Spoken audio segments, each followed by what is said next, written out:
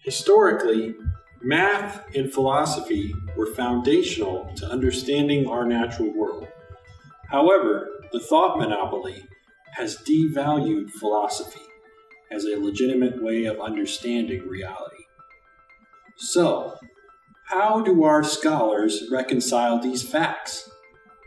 So far, research tells us most Americans surveyed believe math literacy is essential to a child's education.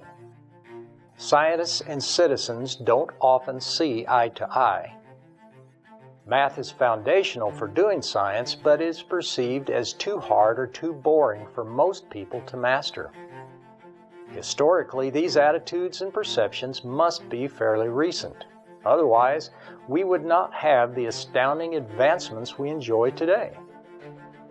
So, to help us understand the connection between math, science, and individual achievement, we looked at the oldest evidence, ancient human artifacts. Archaeologists tell us there is evidence hominids used mathematics as early as 30,000 BC, and by 3400 BC, Egyptians had developed symbols for numbers.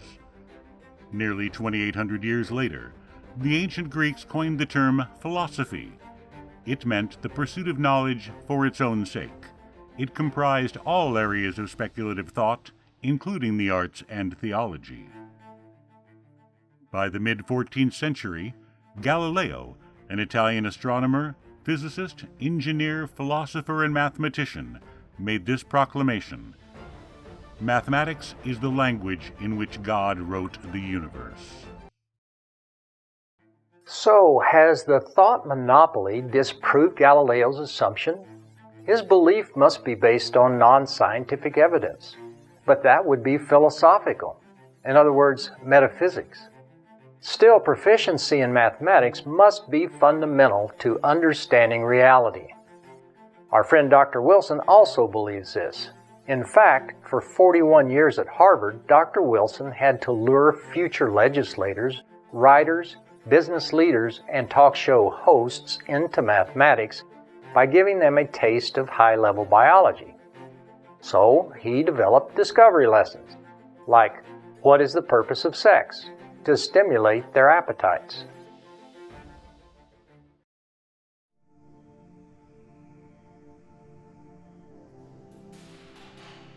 I've been in some conversations with people at the University of Arizona that are in math as well, and they're concerned that kids that are majoring in biology are not math ready. And is there some attempt to sort of remedy that at the lower levels? Yes, I mentioned that the international competitiveness. The other part is college and career ready. Okay. And so that was another one of the focuses that the governors and chief state superintendents had, is how do we guarantee that a high school graduate is ready for the next step? So there's a huge component of that says if you graduate high school and you have successfully completed these standards, then you should be ready for either college or a career. Perfect. Yeah, that makes perfect sense. Can you just address briefly the 8 specialty areas and how that works? Sure. Yeah. The math document, the math standards, are split into 2 sets of standards. Okay. And the first group of standards are called the standards for mathematical practice, of which there are 8. Okay. And those are written for K-12. So it doesn't matter at what point you're taking math, those 8 practices are what needs to be seen in classrooms. In every math classroom? Every math classroom, every day. Oh, wow. The first one is on perseverance. Do I stick to it? Do I analyze my reasoning? Do I figure out ways to start a problem? Can I think of multiple approaches? Do I understand when I've gone off track?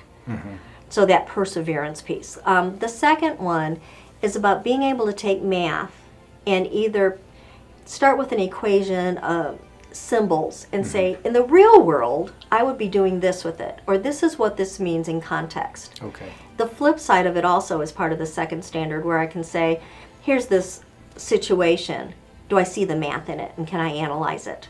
So it's about contextualizing, decontextualizing the math. Then the third one is being able to talk math, basically. So it's about constructing viable arguments, and then also critiquing each other's arguments. Do you see flaws in an argument that's presented? Wow. The fourth one is about modeling math. The reason we learn math is that it models the real world. So am I teaching symbols on a piece of paper that no one understands why we're doing it? Yeah. Or do we really understand that math is describing the quantitative nature of our world? Wow. The fifth one is about using tools appropriately. You know, we have a dilemma that we have some teachers that really don't believe in calculators at all because they see kids use calculators as this crutch. Well, if a calculator is a tool and we know how to use it for instructional purposes, it's amazing.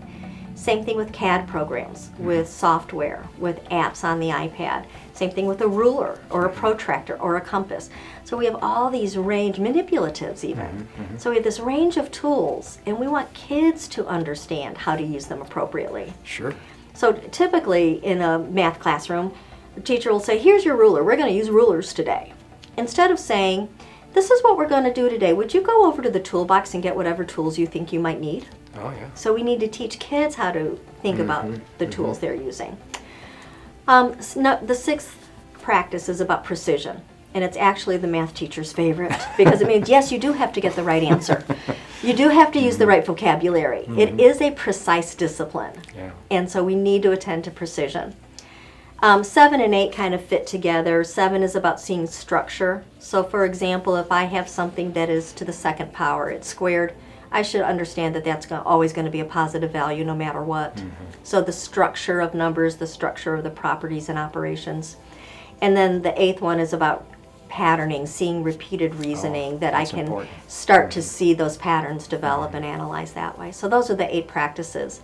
The biggest thing is that those are student actions and not teacher actions. Yeah. And teachers can't say, but I said that, because it doesn't matter. It's, can these kids do that? Yeah. And that's the whole point of the practices. Right.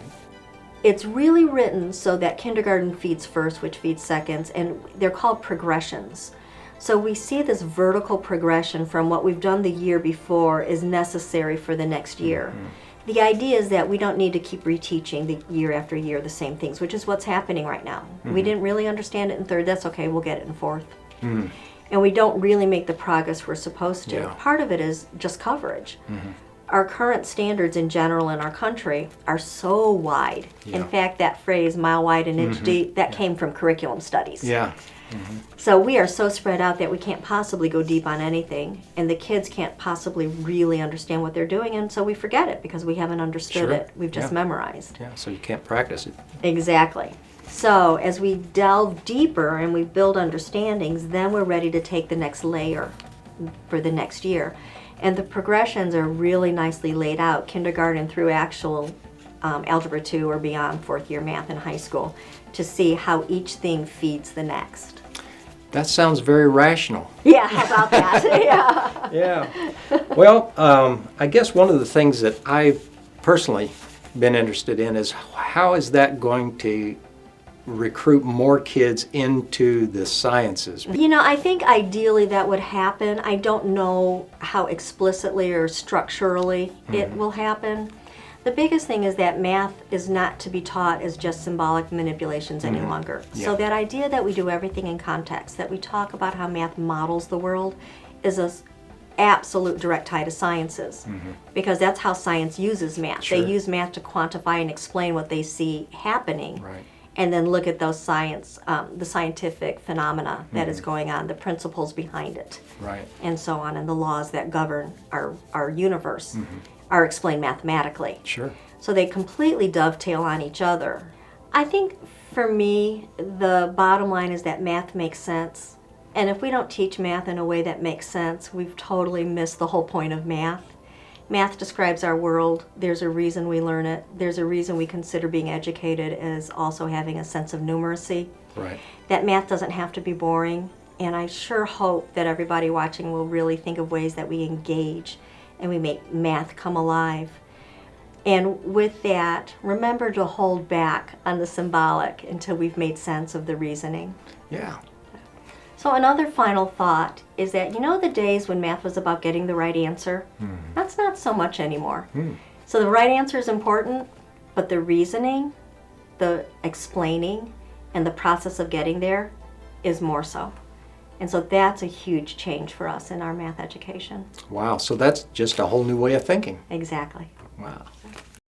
These days we hear kids so often say, well, I don't know math, I can't do math. How important is math in preparation for the sciences?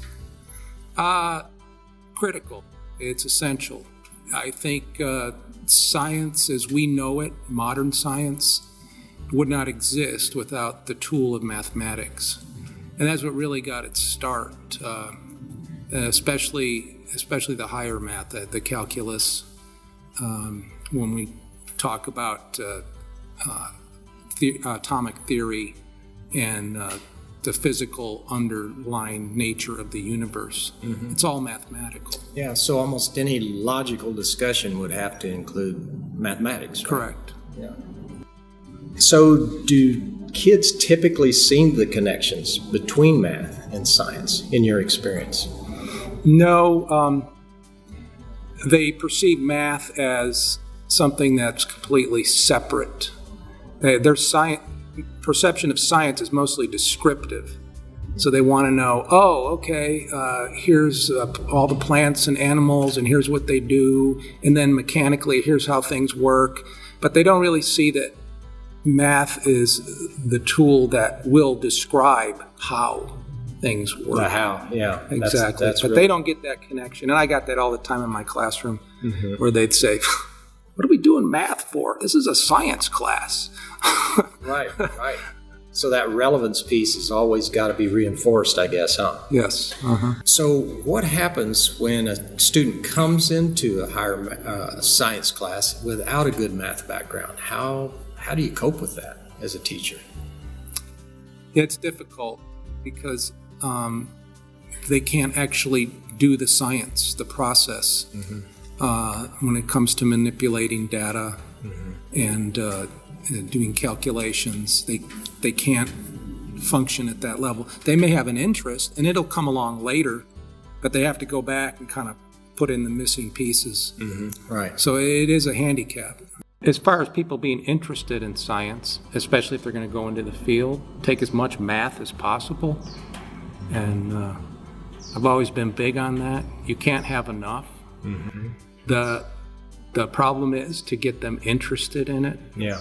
And that's a big problem. And that's one of the reasons I thought at one point of teaching math, just to make it interesting enough to draw people in.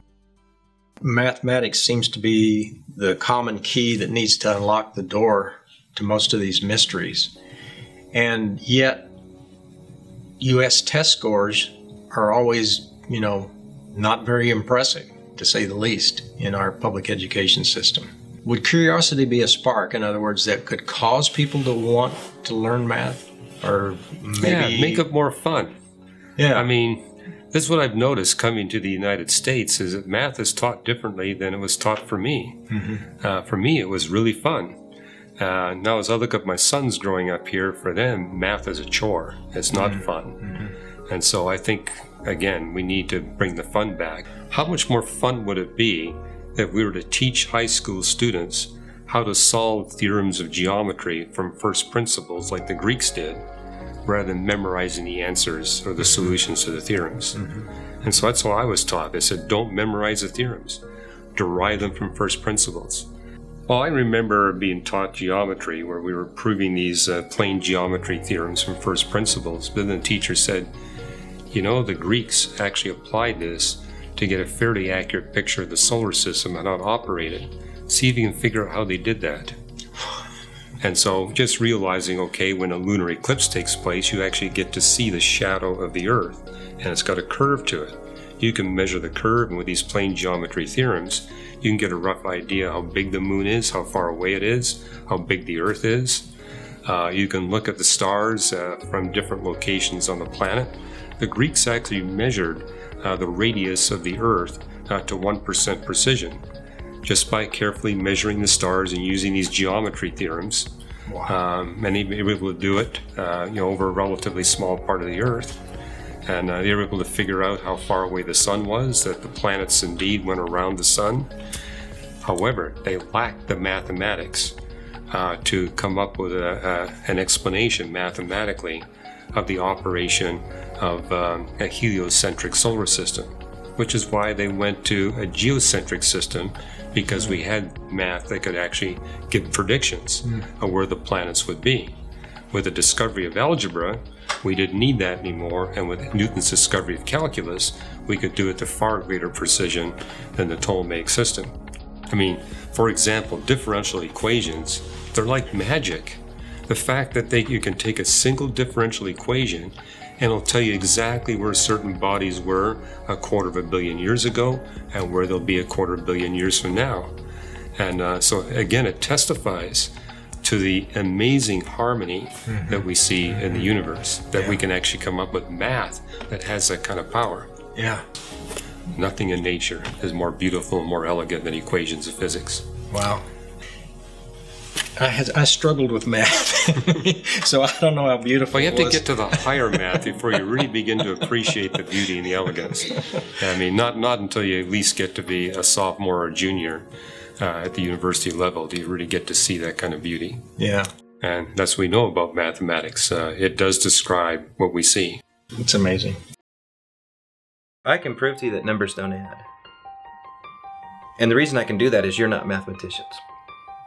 You'll listen, and the proof I show is a geometric, it's grade school stuff. But a mathematician, no, numbers add. 2 + 2 is 4 because it's defined to be that way. Well, if I walked up to you and I had a handful of Skittles, I had 6 Skittles. I said, look. And you go, oh, you got 1, 2, 3, 4, 5, 6 Skittles. I'm like, no, I have 6. You'd be like, you're right, you have 6 Skittles. No, I have 6. I have the number 6. No units. You'd think, okay, he's off his meds. He bumped his head on the way in the door. Something's wrong with this person. 6. There's no such thing as numbers. We made them up. Right. They are constructs. Of course, realize proof only comes in the realm of mathematics. Absolute proof. You cannot obtain absolute proof anywhere but in mathematics because we made it that way. Okay? You don't get absolute proof in physics or sweet deal.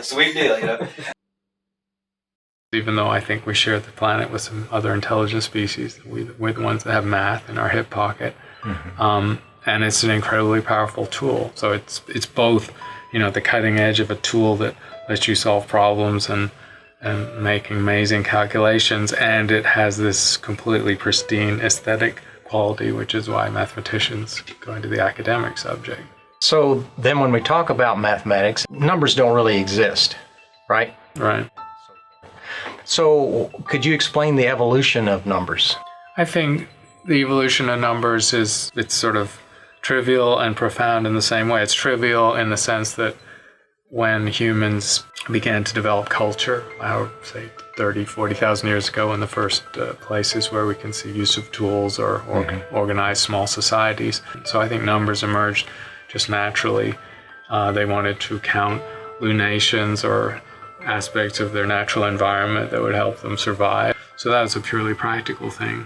The more remarkable thing, of course, was the development of abstraction. But that's also built into humans because there's this nice research on evolution of babies and children that shows that a baby, until they're about 4 or 5 months old, if you have an object, a shiny toy or an object in front of their face, and then you remove it, by other diagnosis, that object ceased to exist.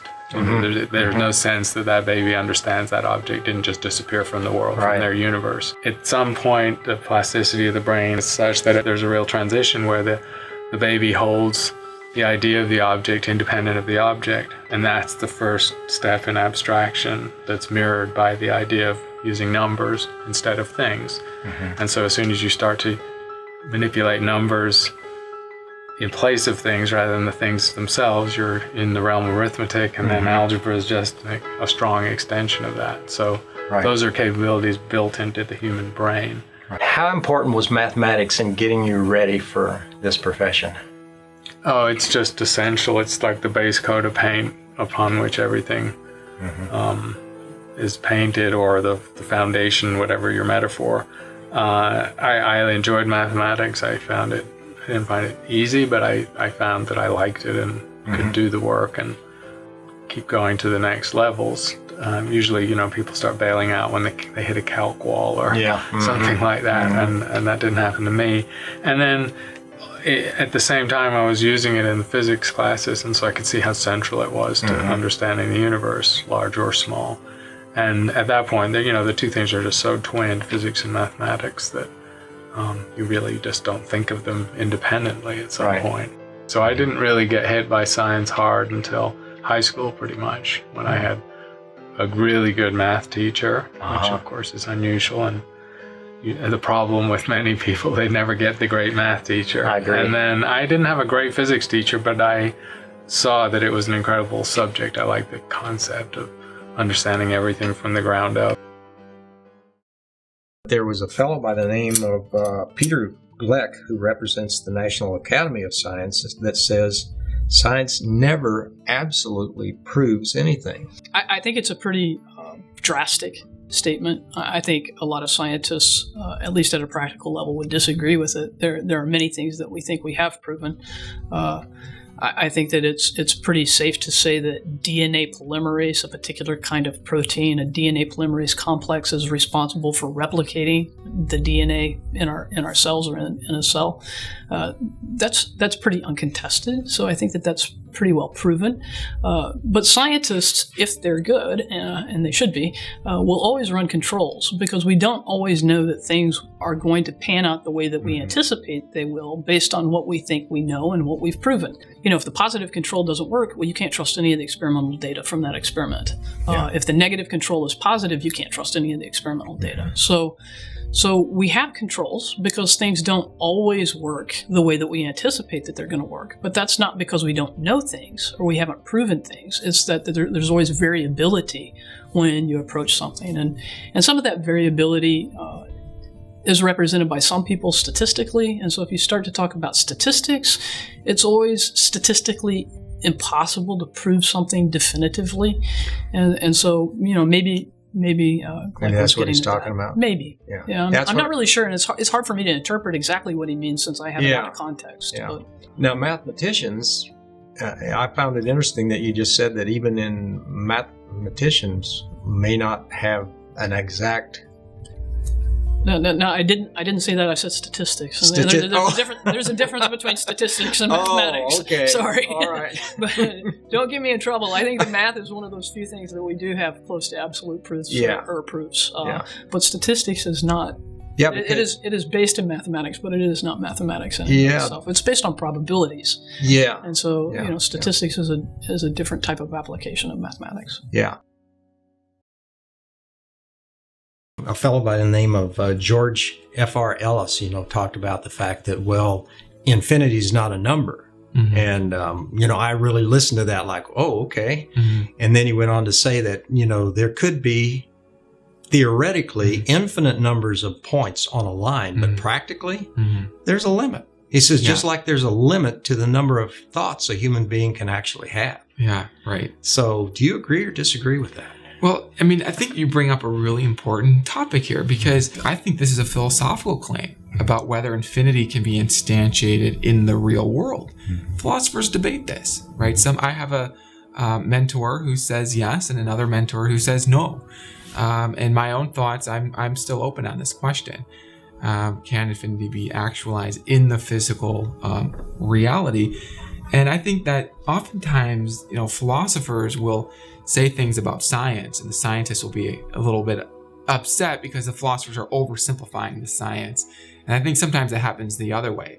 As a philosopher, it's easy for me to point to places where the scientists are very quick to oversimplify and apparently not be aware of the kind of broader philosophical conversation that's being had about this question of the nature of infinity. And so, so I would want to be careful about being dogmatic about that. I think that's an open question, and there are deep and difficult arguments on both sides. Right.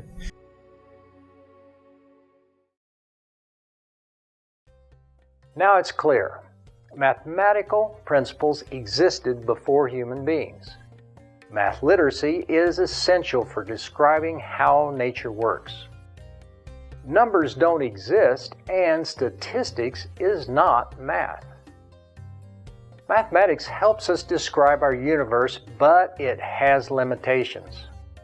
It can only explain phenomena that are quantifiable. So far, there's no way to quantify consciousness, morality, or life itself. Is it possible scholars from other disciplines are using tools along with math to describe reality?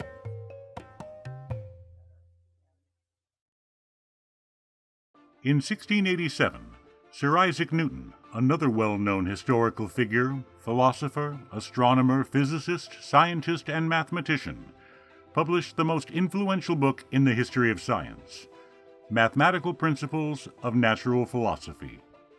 He is often referred to as the father of Newtonian physics.